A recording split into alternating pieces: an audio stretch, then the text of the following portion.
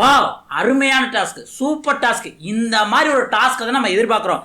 அடித்ததும் housemates அனைவரும் ஓடி சென்று ஒரு மாஸ்கை எடுத்து ஸ்லாட்ல வைக்கணும். இப்படி டாஸ்க் கொடுத்தா தான் எப்படி விளையாடுறாங்க, அது யார் யாருக்கு வந்து அந்த கேப்பபிலிட்டி இருக்கு, யார் யார் வந்து டீம் ஒர்க் பண்றாங்க, யார் யார் வந்து எலிமினேஷன் கேம் விளையாடுறாங்க அப்படிங்கறதெல்லாம் தெரியும். 18வது நபர் இந்த டாஸ்கில் இருந்து வெளியேற்றப்படுவார். அந்த டாஸ்க் இந்த வாரம் கொடுக்க போறாங்க அப்படின்ட்டு நேத்தே தெரியும். அதாவது இது எப்பயுமே என்ன டாஸ்க்னு சொல்லுவாங்க, பொம்மை டாஸ்க்னு சொல்லுவாங்க. ஆனா இந்த டைம் என்ன சொல்றாங்க அப்படின்னா மாஸ்க் டாஸ்க் அப்படின்னு சொல்றாங்க.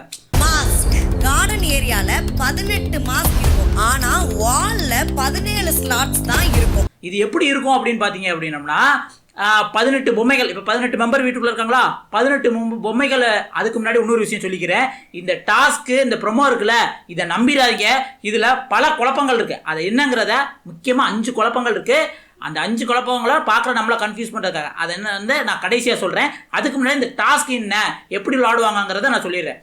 அதாவது என்ன அப்படின்னம்னா, இதில் 18 பேர் இருக்காங்களா மொத்த வீட்டுக்குள்ளே, 18 வந்து அந்த மாஸ்க், அந்த அவங்க பொம்மை போட்ட, அவங்க படம் பொறிக்கப்பட்ட அந்த மாஸ்க் ஒன்று கொடுத்துருவாங்க. அதை ஒரு பக்கம் வச்சுருவாங்க. இன்னொரு பக்கம் அதை வைக்க போகிற அந்த செல்ஃப் இருக்குல்ல, அதை ஆப்போசிட்டில் வச்சுருவாங்க. இவங்க என்ன பண்ணணும் அப்படின்னம்னா, வேகமாக ஓடி போய் அந்த பொம்மை அவங்க ஃபோட்டோ பொறிக்கப்பட்ட அவங்க தான் எடுக்கக்கூடாது. இப்போ நான் திவாகர் அப்படின்னா ஏன் இதையே நான் எடுக்கக்கூடாது.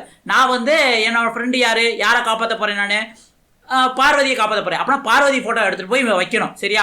அப்படி தான். அப்படி கடைசி 18 பேர் இருக்காங்கன்னா மொத்தம் வந்து அங்கே 17 செல்ஃப் தான் இருக்கும். 18 இருக்கும், ஒன்று அடைச்சிருவாங்க. ஒவ்வொரு கேம் வரையில் ஒவ்வொன்றா அடைச்சிருவாங்க. ஏன்னா இது வீக்லி டாஸ்க், ஒரு நாளில் முடியாது, ஒரு வாரம் முடியும். அதனால் ஒன்று அடைச்சிருவாங்க. அடுத்த நெக்ஸ்ட் லெவலுக்கு போகையில் 16 தான் இருக்கும். அடுத்த நெக்ஸ்ட் லெவலுக்கு 15 தான் இருக்கும். அப்போ இங்கேயும் ஒரு ஆள் யார் ஃபோட்டோவை போய் வைக்கல, இப்போ வந்து யாராவது வன்மம் பிடிச்சி ஒருத்தவங்க ஃபோட்டோ வைக்கல அப்படின்னம்னா யாரை சொல்லலாம் அப்படின்னம்னா, இப்போ பார்வதி ஃபோட்டோவே இருக்குன்னு வச்சுக்கோங்க. அவங்க ஃபோட்டோவை போய் நான் வைக்கக்கூடாது அப்படின்னு நினச்சிங்கன்னா, பார்வதி ஃபோட்டோ வந்து இருந்த இடத்துல அப்படியே இருந்து யாரும் போய் அந்த செல்ஃபுக்குள்ளே வைக்கல அப்படின்னம்னா அவங்க அந்த ஃபஸ்ட்டு அவங்க எலிமினேட் ஆயிடுவாங்க. இப்படி ஒவ்வொருத்தங்களாக எலிமினேட் ஆயிடுவாங்க. அவங்க கேமில் கலந்துக்க முடியாது. இதான் கேம். ஏற்கனவே பார்த்துருவீங்க, பழைய சீசனு அசீம் சீசனில் நடந்தது, அதுக்கப்புறம் போன சீசனில் நடந்தது. சரியா? போன சீசனில் இந்த கேமுக்கு அப்புறம் தான் கொஞ்சம் கேமே பிக் பாஸே சூடு பிடிச்சிது. அதனால் இப்போவுமே இந்த கேமை வச்சுட்டாங்க. சரி, இதில் என்னடா வந்து குழப்பம் அப்படிங்கிறத பார்த்தோம் அப்படின்னா, அந்த 5 குழப்பம் சொல்கிறோம்ல, அந்த 5 குழப்பத்தை பற்றி ப்ரோமோவை பற்றி டீட்டெயிலாக பேசிடலாம். சரியா? இதில் என்ன குழப்பம் அப்படின்னா, ஃபஸ்ட் ரவுண்ட் வைக்கிறாங்களா, ஃபஸ்ட் ரவுண்டில் 18 பேரும் போகிறாங்களா, 18 பேர் போகையில் ஒருத்தர் மட்டும் வைக்கல. சரியா? அந்த ஒருத்தர் யார் அப்படின்னம்னா, எனக்கு பார்த்த வர வந்து கெமி நெக்ஸ்ட் ரவுண்டில் கெமி ஓடலை, ரம்யா ஜோ ஓடலை. ஆக மொத்தம் இவங்க 2 பேரில் ஒரு ஆள் வெளியே போகிறாங்க. சரியா? அடுத்து செகண்ட் ரவுண்டு, அதாவது ஃபஸ்ட் ரவுண்டு எப்படி நான் கன்ஃபார்ம் பண்ணுறேன் அப்படின்னம்னா, ஃபஸ்ட் ரவுண்டில் ஒரே ஒரு ஸ்லாட்டை மட்டும் வந்து அடைச்சிருப்பாங்க. மொத்தம் 18 இருக்கும், அதில் ஒரு ஸ்லாட் இருக்கிற 17 தான் இருக்கும். சரியா? அது ஃபஸ்ட்டு இது வந்து அது. செகண்ட் வந்து திவாகர் வந்து ஒரு ஃபோட்டோவை வச்சு கத்துவார். என்ன பண்ணுவார் அப்படின்னம்னா, அவர் ஃபோட்டோவே வச்சிருப்பார். நல்லா பாருங்கள், நல்லா கவனிங்க.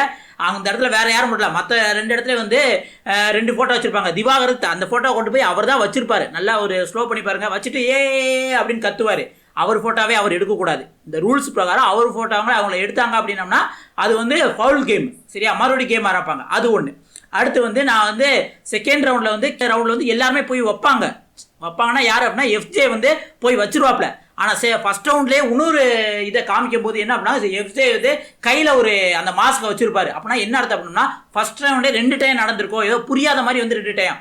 ஒன்று எஃப்ஜே வந்து ஃபஸ்ட் ரவுண்டில் வச்சுருக்கணும், செகண்ட் ரவுண்டில் வந்து கேமை எக்ஸ்பிளைன் பண்ணியிருக்கணும். உங்களுக்கு யார் போகக்கூடாதுன்னு நினச்சிங்களோ அவங்க இதை வந்து ஹோல்ட் பண்ணி வச்சுக்கலாம் அப்படின்னம்னா கண்டிப்பாக வந்து எஃப்ஜே வந்து ஹோல்ட் பண்ணி வச்சிருப்பாரு. ஆனால் அந்த ஃபஸ்ட் ரவுண்டே 2ஆக காமிக்கும் போது ஃபஸ்ட்டு எஃப்ஜே போய் வச்சிருப்பாரு. ரெண்டாவது எப்படி ஃபஸ்ட் ரவுண்டு 2மே எஃப்ஜே ஃபஸ்ட் ரவுண்டு எப்படின்னு சொல்கிறோம்னா, அந்த ஸ்லாட்டு கீழே அந்த செல்ஃப் இருக்குல்ல, அதை பாருங்கள் பிளாக் பண்ணி வச்சுருப்பாங்க. 1 பிளாக் பண்ணாங்கன்னா அது ஃபஸ்ட் ரவுண்டு, 2 பிளாக் பண்ணாங்கன்னா அது செகண்ட் ரவுண்டு. அப்படி தான் இருக்கும். அப்போ இவர் திவாகர் வந்து அவர் ஃபோட்டோ வச்சார்ல, அது செகண்ட் ரவுண்டு. ஏன்னா அந்த கீழே பார்த்தீங்கன்னா 2 இது வந்து இது பிளாக் பண்ணி வச்சுருப்பாங்க. அந்த ரெட் கலர் போட்டு பிளாக் பண்ணி வச்சுருப்பாங்க. அந்த ரவுண்டில் தான் ரம்யா ஜாவும் கெமியும் இருக்க மாட்டாங்க. அப்படின்னா ஆக மொத்தம் வந்து அந்த ரவுண்டில் வந்து ஒருத்தரோ 2 பேரோ எலிமினேட் ஆகிருப்பாங்க. அடுத்து இது 3வது என்ன அப்படின்னு பார்த்தீங்கன்னா, இப்போ நான் ரம்யா ஜோ கெமி அதில் இருக்க மாட்டாங்க, ஒரு ரன்னிங் ஓடல் கெமி இருக்க மாட்டாங்கன்னு சொல்கிறீங்கன்னு பார்த்தேன்ல. அப்போ இவர் அடிபட்டு கீழே விழுகிறார்ல, யார் கானா வினோத் அடிபட்டு கீழே விழுறாருல, அவர் பக்கத்தில் பாருங்கள் கெமியோட இது இருக்கும். ஓகேவா? கெமியோட இது இருக்கும். அதுக்கப்புறம் பார்த்தீங்கன்னா கெமி அந்த பக்கம் நின்று பேசியிருப்பாங்க. கெமியும் ரம்யா ஜோவும் பேசி அவங்க கையிலேயே ஃபோட்டோ இருக்கும். அப்போனா இது வந்து ஃபஸ்ட் ரவுண்ட்லேயே வந்து வினோத்துக்கு அடிபட்டு இருக்கா அப்படிங்கிற மாதிரி நம்ம பார்க்கணும். ஏன்னா ஃபஸ்ட் ரவுண்டில் வந்து செகண்ட் ரவுண்டில் வினோத் விளாட்றாரு. ஏன்னா அந்த ஃபர்ஸ்ட் ரவுண்ட் செகண்ட் ரவுண்டில் நான் என்ன சொன்னேன், கெமியும் ரம்யாஜும் இருக்க மாட்டாங்கன்னு சொன்னேன். அந்த ரவுண்டில் வந்து வினோத் ஓடுறாரு. அப்போனா ஃபர்ஸ்ட் ரவுண்டோ இல்லை ட்ரையல் மாதிரி நடந்தாலோ வந்து அந்த இடத்துல வந்து வினோத்துக்கு அடிபட்டுருக்கும். அதை வந்து சரி பண்ணுற வாட்டர்மெலன். சரியா?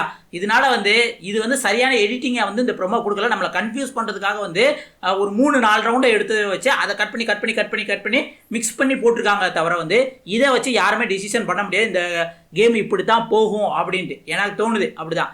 ஆனால் இன்னொரு இடத்துல பார்த்தீங்க அப்படின்னம்னா அந்த பொம்மை அந்த மாஸ்க் எடுக்கிற இடத்துல வந்து அப்சரா ஃபோட்டோவை யாருமே எடுத்துருக்க மாட்டாங்க. அங்கனக்குள்ள அதை வந்து கடைசி பார்த்துக்கிட்டு இருக்குது யார் அப்படின்னு பார்த்தீங்கன்னா விக்கல் சீன் பார்த்துக்கிட்டு இருப்பாப்புல. பார்த்துட்டு யாருமே எடுக்க மாட்டாங்க. அதுக்கப்புறம் இந்த பக்கம் பார்த்தீங்க அப்படின்னம்னா நம்ம ஃபர்ஸ்ட் ரவுண்டில் என்ன நடக்கும் அப்படின்னா எஃப்ஜேயும் அப்சராவும் ரொம்ப எஃப்ஜேயும் ஆதிரையும் ரொம்ப க்ளோஸ் தானே.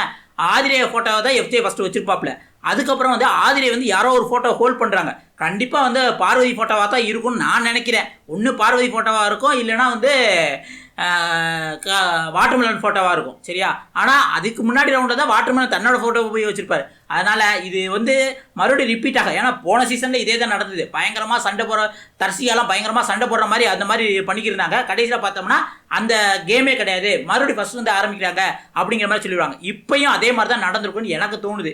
அதை வச்சு தான் இந்த ப்ரொமோவை வச்சு விளாட்றாங்க. ஏற்கனவே இப்போ பல பேர் கம்ப்ளைண்ட் பண்ணுறாங்க, ப்ரொமோவில் வர சில கண்டென்ட் வந்து ஷோலே வர முடியுது, நீங்கள் போய் லைவில் பார்த்துக்கோங்க அப்படிங்கிற மாதிரி தான் இருக்குது.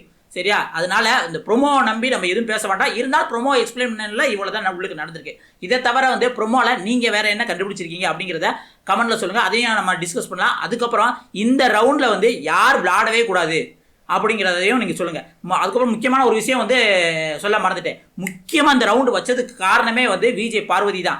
ஏன்னா 2 வாரமுமே விஜய் பார்வதி அவங்க கேமாக இருக்கலாம், ஓகே கேம் சூப்பராக விளாட்றாங்க, ஓகேவா, இருந்தாலும் வந்து அவங்க வாட்டர்மெலனை தவிர மற்ற அந்த வீட்டுக்குள்ளே யாருமே ஒன்றை முடிக்கிறாங்க. சரியா?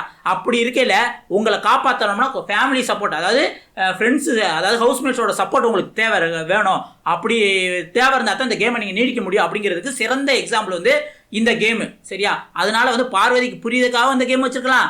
இல்லை அப்படின்னம்னா பார்வதி வந்து ஏதாவது எலிமினேஷன் கேம் விளையாண்டாங்கன்னா இந்த கேம் இன்னும் நல்லா இருக்கும் அப்படின்னு சொல்றதுக்கு வச்சிருக்கலாம். இதை பற்றி உங்கள் கருத்து என்னங்கிறத மறக்காம கமெண்ட்ல சொல்லுங்க. அதே மாதிரி ஒன்றும் சப்ஸ்கிரைப் பண்ணலன்னா நம்ம சேனலை சப்ஸ்கிரைப் பண்ணிருக்கேன். நிறைய இன்ட்ரெஸ்டிங்கான வீடியோக்கள் பார்க்கலாம். ஏன்னா கிட்டத்தட்ட ஒரு 4-5 வருஷமா வந்து நம்ம ரிவ்யூ பண்ணிக்கிட்டு இருக்கோம். சரியா? அதனால வந்து இந்த கேம் எப்படி நடத்துவாங்க, ஏது நடத்துவாங்க நமக்கு நல்லாவே தெரியும். அதனால இன்னும் இந்த சேனலை நீங்கள் பிக் பாஸ் நல்லா இன்ட்ரெஸ்டிங்காக கவனிக்கிறீங்க இருந்தால் இந்த சேனலை சப்ஸ்கிரைப் பண்ணலன்னா மறக்காம சப்ஸ்கிரைப் பண்ணுங்க. அடுத்த ஒரு சூப்பரான அப்டேட்ஸில் சந்திக்கலாம். இப்போதைக்கு உங்கள்கிட்ட இருந்து விடைபெறுவது உங்கள் வாசன். நன்றி, வணக்கம் மக்களே.